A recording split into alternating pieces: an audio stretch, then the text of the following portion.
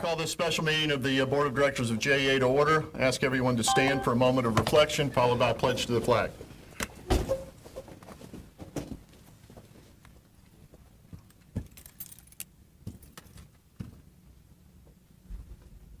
Thank you. I pledge allegiance to the flag of the United States of America and to the republic for which it stands, one nation, under God, indivisible, with liberty and justice for all. Thank you. You may be seated. We have an agenda that's been published and presented. May I have a motion to adopt the agenda? So moved. Thank you, Mr. Cumber. I'll take Reverend Newble as a second. All in favor, aye. Aye. Any opposed? Approved. Safety briefing, Mr. McElroy. Thank you, Mr. Chairman. All meetings at JEA start with safety briefing. In the event of evacuation, we will travel to the back of the room by the elevators. There's a stairwell to the left. We'll take that down, and we will gather in the back of the building on the First Baptist Church property. Mr. Brost for CPR, Mr. Hobson for security, and bathrooms are on the left. That's it. Thank you, Mr. Thank you. I call on our Chief Legal Officer, Ms. Jody Brooks, for the Sunshine Law Public Records Statement. Thank you, Mr. Chair. This is a special meeting that has been duly noticed. A quorum is present and minutes will be taken in compliance with Florida Sunshine Laws. Thank you, Ms. Brooks. Moving on, comments from the public. I've only got one card. Speaker James Taylor, if you'll come to the microphone at the lectern here, give your name and address, and I'd ask you to keep your remarks to 3 minutes.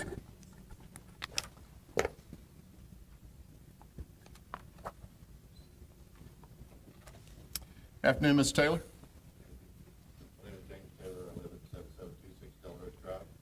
I've been a 31-year employee. I'm also a ratepayer and a taxpayer. And at this meeting, I'm assuming we're going to talk about the compensation of Mr. McElroy's upcoming contract. I would just like y'all to bear in mind that the public's watching, and I would like to possibly do an extension of what he's already got versus a new 5-year contract with a parachute clause. So I just want to mention that to you guys. Thank you, Ms. Taylor. Appreciate you sharing your thoughts. Councilman Schellenberg, anything from the council? No, thank you. No, thank you for passing. And I don't see Dr. Gaffney. Okay, so we're on to item 3A, strategic discussion, CEO contract modification. As you'll recall, we had brought to the Board of Directors meeting 3 meetings ago a recommendation from the Compensation Committee in response to questions by Director Cumber. We had deferred action on that contract. Since that time, Mr. McElroy has had an opportunity to further reflect, and I'd like to yield the floor to our CEO, Paul McElroy, for a statement. Thank you, Mr. Chairman and board members. I want to thank you and all previous board members that I've had the honor of serving. I also want to thank you for your demonstrating your continued confidence in my leadership by offering a 2-year extension to my current employment agreement. Over the past 5.5 years together, with your support, along with a great JEA team, we've accomplished a great deal and created significant value for our community. Yet it's really important to recognize that all large organizations move in cycles which require different leadership strengths and styles. My leadership strengths are building great high-performing teams to strategically plan and execute upon a vision leading to extraordinary value creation, and we've been very successful in this. I believe the path forward for JEA, at least for the next period of time, calls for a different set of leadership skills. Not better or worse, but just different.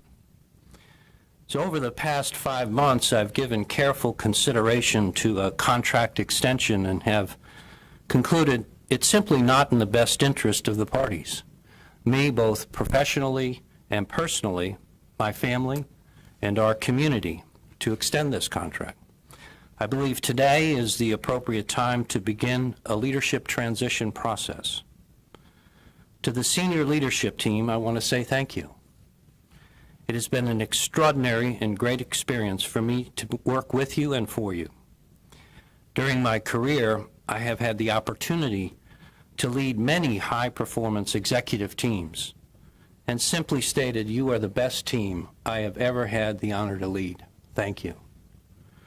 To my fellow JEA employees, thank you for your passion to service and commitment to being a vital partner in advancing our community. You are the soul of JEA. You make JEA great. Together, over the past 5.5 years, we have accomplished many great things. And today, JEA's contribution to the city's general fund is at an all-time high. Customer bills are significantly lower. Residential customer satisfaction is up 74 percentage points, or approximately 1,800%. Business customer satisfaction is up. In fact, in 2016, we placed #1 in the country in the J.D. Power Customer Satisfaction Survey. Our CO2 emissions will be down 45% in 2024. Our strategy of working diligently and opportunistically to change our power supply system is paying off, leveraging our natural gas, energy efficiency, the closure of SJRPP, our investment in solar, and yes, Plant Vogtle. Our river is healthier today, and we have plans in place to make it even healthier in the future. Our debt is down by over $2 billion, and our credit ratings are better. All systems are more reliable, including JEA.com and our mobile applications. And we've successfully, better than successfully, we've greatly succeeded in recovering from 2 major hurricanes within 12 months. It's been a very busy and productive 5.5 years, leading to a significant increase in JEA's value. I look forward to working with you board members at your request and direction to assist in the transition. Personally, 17 years ago, Linda and I made the decision to settle in Jacksonville to raise our children. And my 16 years at JEA has provided us the opportunity to do this. It's been very rewarding. 2 high school graduations, 2 4-year college graduations, 1 hurricane wedding, or wedding hurricane, 2 grandchildren, and today Linda and I are age-appropriately healthy. So as we begin to write a new chapter in our lives, I wish you and the entire JEA family all the best in the world. Thank you, Mr. Chairman. Paul, it is with deep and sincere regret that we accept your resignation as CEO of JEA. Your tenure as CEO has not been without its challenges. High debt, flat revenue, pension reform, the most recent discussions on privatization, the significant storm events you referenced, but you have met all of those challenges with personal humility and dignity and grace. And your leadership has demonstrated itself time and time again with all of the fantastic results that you've cited so eloquently. Dramatic improvements in customer service, dramatic improvements in service to our ratepayers, dramatic improvement in financial performance and bond ratings. The list goes on. And at the end of the day, you leave JEA a far better place than when you first arrived. And for that, I am personally indebted to you, and on behalf of this entire board, the entire JEA family, employees, ratepayers, and the city of Jacksonville, thank you. Thank you.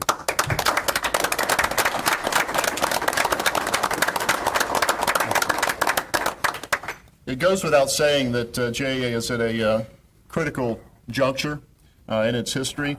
I believe that we need access to Paul's institutional knowledge over the next several months. His current contract calls for him to serve through September of this year.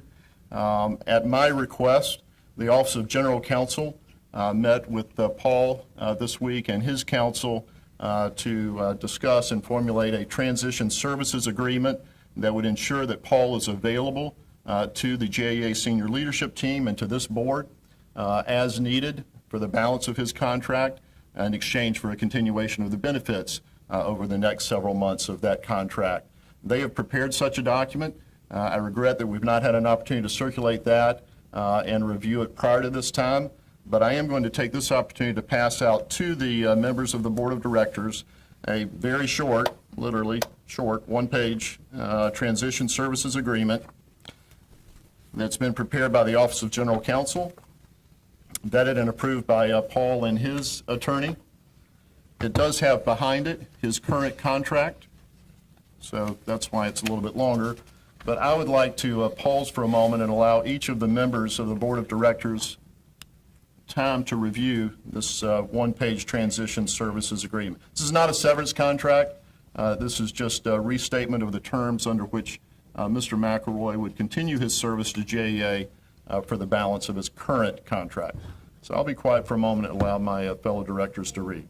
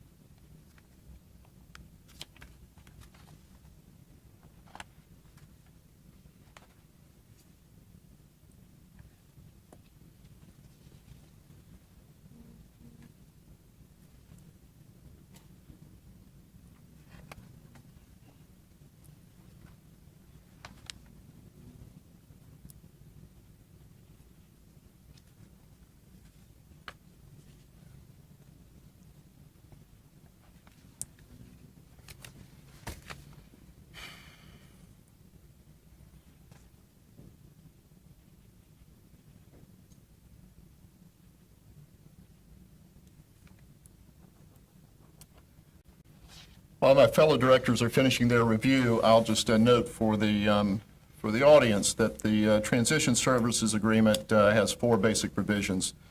The first section really cleans up references to the duties of the CEO, which are set forth in his current contract, by deleting those provisions that set forth specific duties and replacing them with an obligation for him to be available to provide assistance as required by JEA regarding transition of the CEO Managing Director position.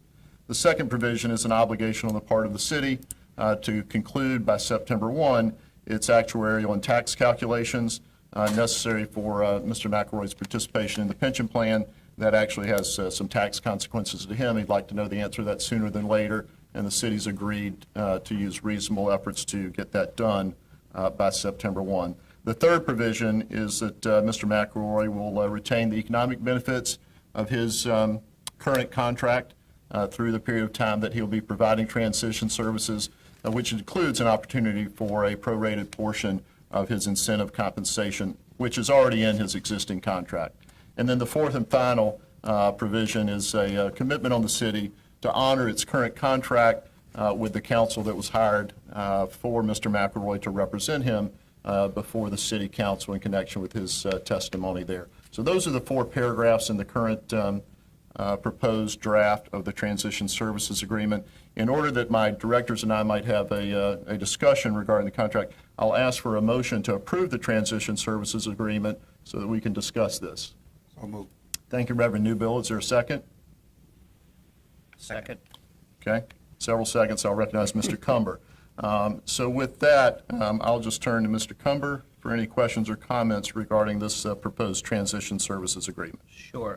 Let me just start with one clarification. Mr. Chair, you mentioned that the bonus would go through his transition services agreement, but I want to be clear. It says on here prorated as of today, That's correct, Okay. yeah, on a prorated basis. on a prorated basis as of today. So there is a date in this contract of April 6th, which does beg the question, who would be responsible from a day-to-day management perspective of JEA? So if we vote on this today, I assume that has been thought through, or is that a discussion we need to have? It seems like we're terminating effective today, but we haven't had a conversation about, we're removing Mr. McElroy for having day-to-day responsibility of JEA before we have had a conversation on. Yeah, it's a fair point, and obviously Paul's resignation, his decision to move quickly, it makes it incumbent upon us to move quickly with an interim CEO and succession plan.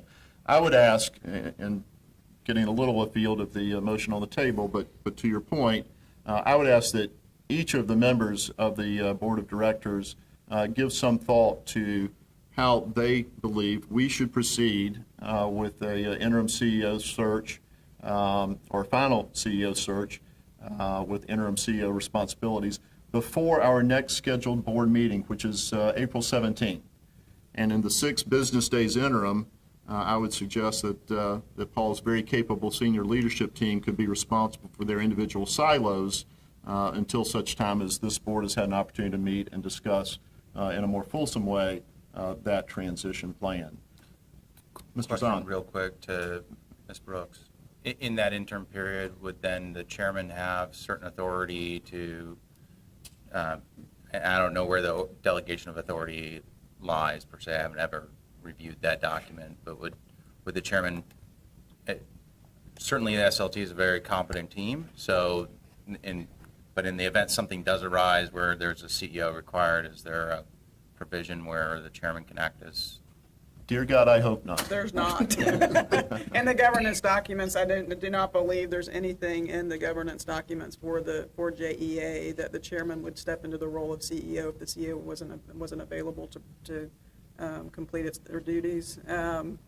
But I'm not sure in this next 6 days if there's certain things like travel reimbursements, time cards, those sorts of things that Paul has the authority over. I said I'm just learning of this too, so I'm not sure on the transition if there's some things that Paul would have to be responsible for, if there's some way to delegate that in those 6 days. Yeah, Either to Does one of the the senior leadership company team. have a delegation of authority provision? I'm sorry? Does the company actually have a formal delegation of authority provision or, document? Just in the governance documents, but I can look really quickly. Let me recognize Mr. McElroy to speak to that point.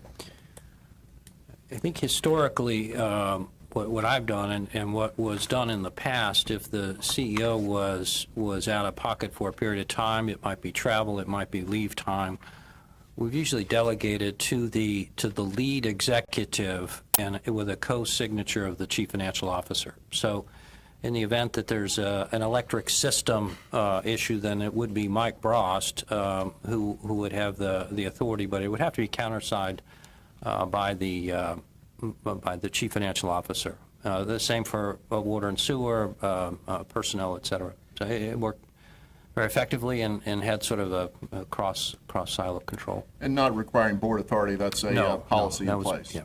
Okay. I'm sorry, Mr. Cumber? I liked where Mr. Zahn was going, Board Member Zahn. I actually thought instead of going up to the chair, there'd be somebody who was at least designated. I know the chances of something happening that's catastrophic is slim, but this is a utility, and things do happen. And when something does happen, you look to one voice to be, the leader at that moment. And I think it is important from a board oversight perspective to make sure that if today Mr. McElroy has made the decision he is stepping back from day-to-day duties, there is one individual that is designated to lead in case there is an issue that comes up. Let me ask that we table that discussion for following the vote on the transition services agreement, with the expectation we'll take that up immediately following this matter. So I'm sorry, any other comments or questions regarding the text of the transition services agreement?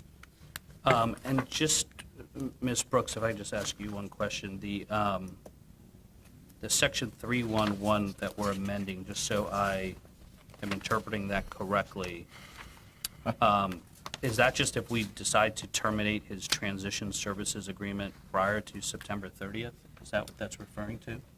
That's the 20-week cap. And I'm not the author of this document. Again, I just became aware of this in OGC. There's a representative from OGC here, Gail Petrie, that may be able to answer to that I question. think I can respond, but I'll ask Mr. Petrie to correct me if I misstate it. Mr. Cumber, as I understand it, there is a Florida statute that prohibits severance compensation in excess of 20 weeks. The existing contract for Mr. McElroy went beyond those statutory bounds, and OGC requested that that be cleaned up. So to the extent that a excessive compensation benefit of severance equal to 1 year was included within the existing contract, they wanted that to be addressed in this transition services agreement. Is that accurate, Mr. Petrie? Yes, that's accurate. Thank you. Understood. I will only add my thanks to Mr. McElroy's service. I've been on here for 4 years, and I appreciate everything you've done. Thank you. Reverend Newbill, any questions regarding this transition services agreement?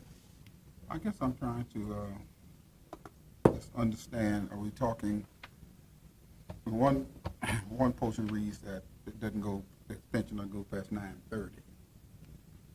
Then I heard it was effective today. The change in responsibilities is effective today. Oh, I got you. He will remain available Okay. to the senior leadership team and this board Okay. for the balance of his contract. Okay, got you. Well, I want to say to Paul, thank you, man. You give me enough time to really learn you a little more. But the little time we've had, I really appreciate the times when I've called and you've given me knowledge beyond what I understood as it relates to JEA. Thank you. Thank you. Thank you. Thank you, Reverend Newbill. Ms. Green? No questions regarding the agreement, but wanted to say thank you. And in my short-lived time, I wish we would have had an opportunity to spend some more time together. But thank you for your service. Thanks. I neglected to recognize Ms. Flanagan. Are you on the phone? I am on the phone. Hello, Ms. Flanagan. I'm sorry that we've been ignoring you. Did you have an opportunity to receive and review the transition services agreement? I did not receive in advance the transition services agreement. I've been paying attention to the verbal discourse and discussion over it, but I will probably have to abstain from the actual vote given that I've not had an opportunity to read it myself. Thank you. I understand. Did you have a question regarding the discussion to date? No discussion. I'd like to also offer my thanks to Paul for all of his service. It's been a pleasure working with him. Thank you. Mr. Zahn? So it's very unique to be discussing this first in front of the public, but Welcome to Sunshine. yeah, that's right. Paul, I have a few questions for you. Does this take care of any health care or other matters that you might foresee for your family in a way that bridges you either, I'm not, without getting into, your age or other things, but in a way that bridges you to something that is satisfactory? Yes, the benefits are taken care of. And is the pension also The honored pension- and fully wherever you're vested to? And I'm, without getting into the details, is that dealt with? Yes, to yes. satisfaction? Yeah.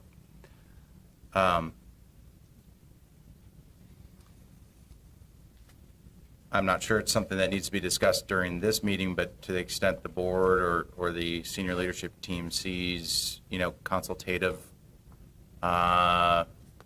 services from you going forward in the future on some major issues that may be longer than a 6-month period, would you have availability or have a willingness to participate above and beyond this agreement? I'd certainly consider that. I mean, I think once we, Yeah. I'm open to it, yeah, yeah. Okay.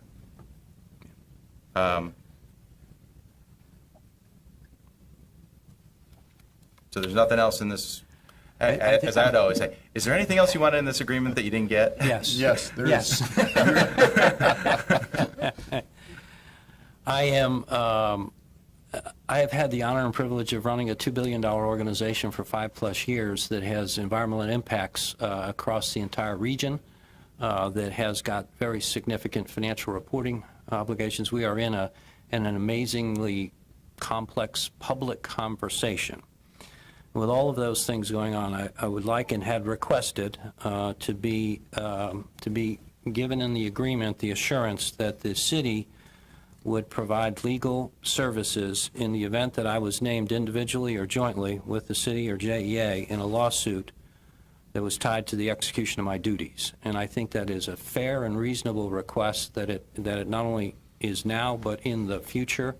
And there are examples that I can cite when my predecessors have gone to the post office box and picked up a $5 million personal suit. It was dismissed and nonsense, but to have the comfort knowing that that was going to be taken care of and with legal services from the city would be very helpful to me and my family.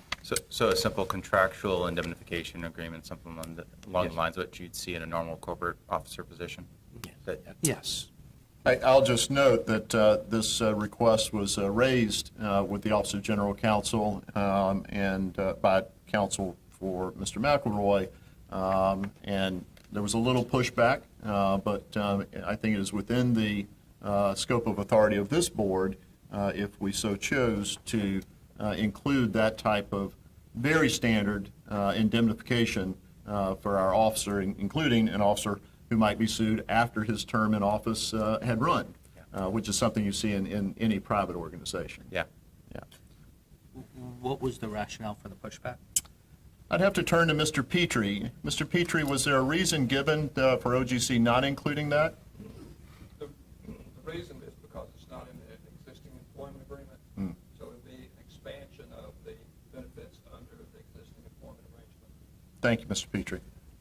But I would assume his current employment agreement, even though it's not stated, that if a lawsuit would have been filed against JEA where Mr. McElroy was named individually, OGC would have defended him. I would agree with that. Yes. So I asked this question as I was actually coming on the board of directors, and a very specific question. It's the difference between having general corporate indemnification provisions set forth in a charter and having a contractual protection provided for you, which is, as I understand it from OGC, not a common practice within the city of Jacksonville to have that additional contractual protection. And I think that's what you're asking for, right? Yes. And I would note that JEA operates sort of in that quasi-public-private sphere where the officers are more likely to be subjected to a lawsuit naming them personally. Chair would entertain a motion to amend that the transition services agreement include a standard indemnification clause which would extend post his contract. So moved. Thank you, Reverend I Newfield. just have a quick question. Let me get a second, and then I'll turn to you. Sure. Is there a second on the amendment? Second. Second, Mr. Cumber. Yes, Ms. Green. So understanding that this is pretty typical, especially in the corporate world, what happens if the employee is, we cover the employee and then we find out that the negligence was for personal gain? How is that That tends to be handled? excluded. Yeah. In general corporate. I'm not an attorney. You can have an attorney. But I've read enough of them to be, yeah. Like, you know. Yeah, no, if it's personal, there is the protection there, and a standard provision would. Coverage typically extends to claims against him in the discharge of his duties as an officer on behalf of the corporation when it exclude personal gain or intentional acts. So, yes. Mr. Cumber. Chair, so I was not expecting to vote on something that would have ended Mr. McElroy's day-to-day services today. I assume there was language drafted by your attorney on this issue that you had submitted to OGC. Given the fact that we are trying to wrap this up today, is that language drafted that could be shared so we can agree on the language and vote on it? Chair would recognize either Mr. Petrie or Mr. Bean, Mr. McElroy's personal counsel. Is that language readily available for the board's consideration? Mr. Bean?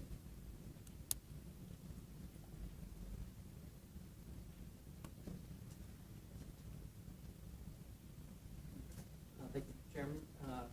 The language we proposed, on behalf of Mr. McElroy, thank you for turning the microphone on, was simply to say that if employee is a defendant participant in a lawsuit against the JEA for actions that occurred during his period of employment, accepting intentional torts, he would receive legal defense coverage from the city. That's a simple language there. Well, that's a lot shorter than the form I'm used to seeing, so. Yeah. Is that acceptable to Mr. McElroy and his counsel as proposed language? Yes, yeah. Yes. Yep. Okay. Well, to Mr. Cumber's point, Yeah, and Ms. Brooks, you're okay with that language? I'm okay with that language. So if we just do a friendly amendment? and yeah, I was going to actually say, have the- may we accept a friendly amendment from Mr. Cumber and Mr. Newbill to accept that language as an addition to the transition services agreement? Yes. Okay. Can Any I- other discussion, yeah, on the coverage? Mr. Bean, can you read the exclusion provision? Sure, it's just a clause accepting intentional torts. So, And my, this Sure. is just more of a legal question to Ms. Brooks. Does that, what is that, does that cover misrepresentations, gross negligence, fraud, all the things? Not that we have any question that Paul would have committed those elements, but does that language cover those bad boy acts that typically are very, Every one of those appear to be a tort, but if there's anything criminal, it doesn't exclude anything criminal there, but those appear to all be tort actions that you just mentioned, so I Okay. believe they're all covered okay. by that language. except an intentional fraud. You mentioned fraud. There's intentional fraud and there's negligent fraud. Yeah. So intentional, we had put in accepting an intentional tort. Right. And so if the allegation against Mr. McElroy in a complaint that named a JEA and Mr. McElroy individually that alleged a negligent misrepresentation, he would receive coverage. If it alleged intentional misrepresentation, he would not. That's on. That- Comfortable with that? Yeah. Any other questions or comments on the proposed amendment to provide indemnifications for claims made against Mr. McElroy personally, except in the case of intentional torts? Okay, then I'll call for a vote just on that amendment, so not the agreement itself, but to add that language to the agreement. All in favor, say aye. Aye. Aye. Any opposed? So that carries. Is there any further discussion on the agreement as amended? Ms. Flanagan, any questions? She hasn't seen it. Yeah, no questions. Thank you. Then I'll call for a vote on the approval of the transition services agreement as amended to include the indemnification language. All in favor, so indicate by saying aye. Aye. Aye. Any opposed? Motion carries unanimously. Ms. Flanagan, did you abstain from each of those votes? I did, Chair. Thank you. So noted. That is the only scheduled business before the board, but I do want to reserve time to talk about the issue that Mr. Cumber has raised, and that is sort of this delegation of authority for the interim period between now and our next scheduled board meeting. Mr. Cumber, did you have a proposal or a suggestion to make there? I did not, but I'm happy to make one. You had a question, a concern. I had a question. Given the fact that the electric side of the business is the bigger part of the business, if you're asking for a suggestion, I would, I'd probably designate Mr. Brost as, being the one point of contact for the next several working days until we get to our next meeting and can figure out an interim CEO. Well, I'd agree that it's certainly the bigger side of the house, and that either Mike Gross, Brian Roche, or Melissa Dykes are probably the more logical candidates to be the go-to person for the next 6 days. And just opening the floor, don't have a motion on the table, just open the floor for discussion on this issue of interim leadership. And Mr. Chair, I've just looked through the JEA Board Policy Manual, and there's no delegation from the CEO down to one of the other senior leadership team members. I didn't think it was in there, but I've just confirmed it's not. Can you just make a note for the future of a formal DOA DOA policy? Yep. Thanks. Mr. Newbill, any thoughts there? Not at this time. Ms. Green?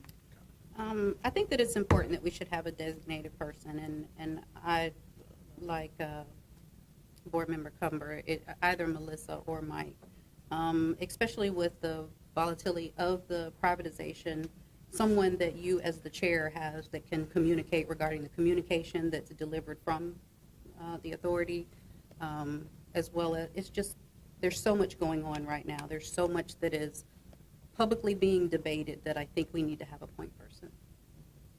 Agreed. Mr. Zahn? I'm fine with the motion or that Mr. Cumber has put forward. I would then, building off of screen, like the board to have one more topical conversation, which is how does this board and this entity communicate with its shareholders, which is City Council, that are doing an exhaustive investigation in light of having an absence in CEO.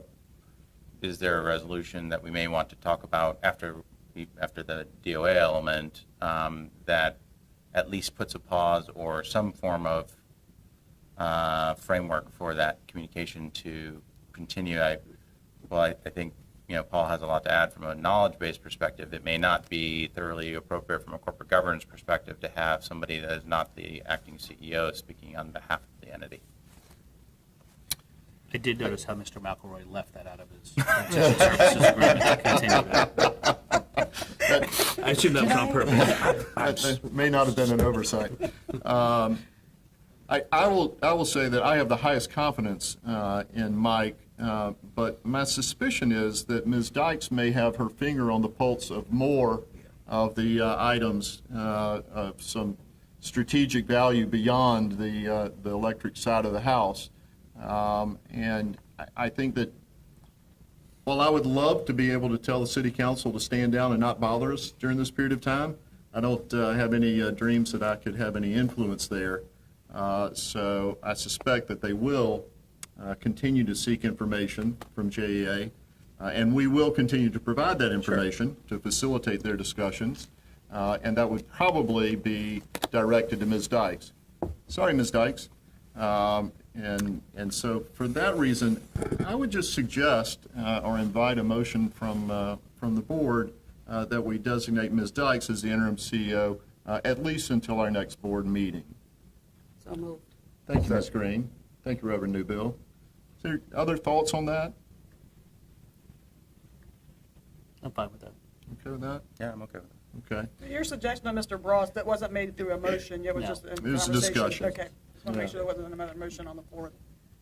Okay, we're in proper order. And so, but again, coming back to, and we just literally got an hour ago the materials that are provided to City Council, and there's some pretty hard questions in here of how would you amend your charter if you wanted to drive this business forward? I personally, as a board member, having not had any conversation as a board or with the management team around specific elements of business strategy, have a hard time subjecting anyone to answering that question without the board being in complete alignment on that. And I picked that one out because it's a very simple one. What I look at is I say, well, we have a CEO that certainly has a wealth of knowledge. He's doing the best he can to satisfy the requests of, I'm going to call it shareholders, even though they're representatives of shareholders, of the shareholder. It just seems as though we're getting into a territory where, a board would normally have some level of consensus with its management team and then be able to answer these. So providing information is one thing. Answering some speculative and or strategic questions without having a thorough corporate basis for that is a second thing. And that there's just a lot that's being covered on that, and especially when it comes to liabilities and other things that this board hasn't really clearly deliberated. Yeah, I absolutely agree with you, and I recognize that City Council was asking some hard questions of staff, previously Mr. McElroy, that are really more properly directed to the board. But at this point in time, I think that I'd like to hear a vote. Motion second been made for Ms. Dykes, but I think I'd like to call for a vote on the question of interim CEO.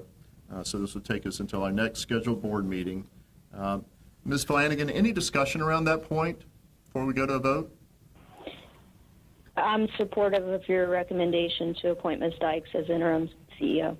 Thank you. So let's go ahead and call for a vote on that. All in favor? So what's Sorry? what's the exact resolution? That Ms. Dykes will serve as interim CEO until April 17, our next scheduled board meeting. Okay. So all in favor of that motion, say aye. Aye. Any opposed? Aye. Okay, thank you. So Ms. Flanagan weighs in on that one. And so with that resolved, to your point, Mr. Zahn, and the continued interaction with Mr. Schellenberg and his colleagues, I think that the council would be that Ms. Dykes may wish to defer responding to some of those questions that relate to more strategic direction of the board, or more strategic direction of JEA, until the board has had an opportunity to weigh in on that. Is that to your point? Yeah, and I'm happy to, weigh in if there's any question. I'm sure she has her own opinions on that, but if there needs to be any discussion, happy to help. Thank you. Ms. Green? Just for clarity, do we want her to weigh in on the entire board, or you want there to be a point person that she deals with on the board? You want someone designated to work with her directly? That wasn't my issue. My issue is more of global, these questions are oftentimes directed from shareholders to board, and board then answers, and that's being skipped over in this process. And they're great questions. I'm not, saying anything of the issue. It's the procedural element that is a little bit unique. I thought you were volunteering. I'm happy to do that. I just feel like I volunteer enough. Yeah. Very good. Is there anything else to come before the board at this time? Again, I'd like to counsel my, sorry? I'm sorry, just one other Please. thing before. Were you ending the meeting? Is that where you were going? I was headed in that All direction. right, so before you do, given the fact that we have picked a interim CEO till April 17th,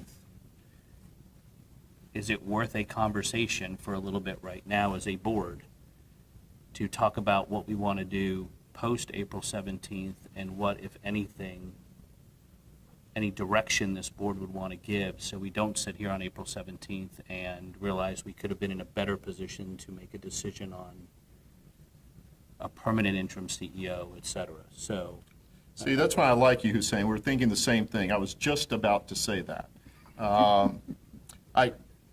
I would like to, because this is new information, I would like to ask my fellow board members to spend the next week in contemplation of just those questions. Are we going to engage in an internal search, an external search? Are we going to engage a search firm for a national search? As has been pointed out repeatedly, both today and in past board meetings, JEA is a large and complex integrated utility that's facing challenges consistent with those challenges faced by the entire industry, together with its own unique challenges. So this is a position that requires someone with strong management skills and strong diplomatic skills, like Paul McElroy. So where do we find that next person? I would suggest that we spend the next week in contemplation of that, come back, and that will be the bulk of our discussion at our April 17th meeting. Is that acceptable to you? that is. There's also, a lot of times in larger organizations, specifically public ones as well, you might also contemplate a transition service from a consultant that may in fact be the same one you use for search to help aid in transition and professionalize that possibility and take personal elements out of it. Would it be reasonable for either the chair or somebody on this board to take the lead in finding some some options that we can actually consider on the 17th? Options for? potential search and/or transition services. By a professional outside firm? Yes. Yes. We actually have, Ms. Hires is here, and we've got a robust HR department with deep knowledge, and so I think we'll be calling on her to assist in that. Yeah. Ms. Green, anything else? No, nothing further. Reverend Newbill? Ms. Flanagan, anything else to come before the board today? Nothing further. Thank you. Mr. Cumber? As what usually happens when this announcement hits, there will be a flood of inquiries. Mr. Chair, we're going to rely on you to be the voice for this board. Thank you.